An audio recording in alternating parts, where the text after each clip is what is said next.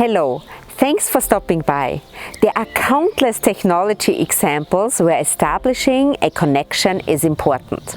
I would like to give you a very simple one.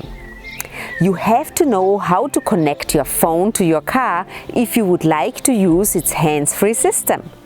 In life, you have to know how to connect with others, or you won't get the results you would like to see.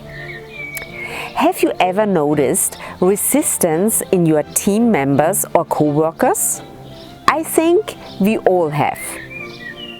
If you experience resistance in a person, that's an indication that there is a lack of rapport between you and that person. What if you would be more open, approachable, and authentic? What I know for sure is that if you have a hidden agenda, people will feel it. They will work against you with all their power.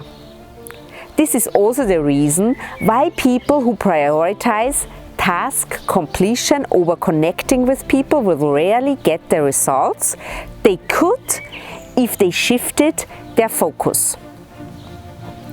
Here are 3 tips on how to connect with another person.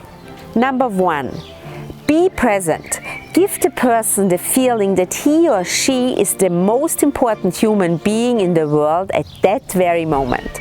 No phone, no emails, no other distractions. Number 2, listen with the intent to understand where the other person is coming from. Let go of the belief that you are right and others are wrong. People connect better with those who have the ability to listen.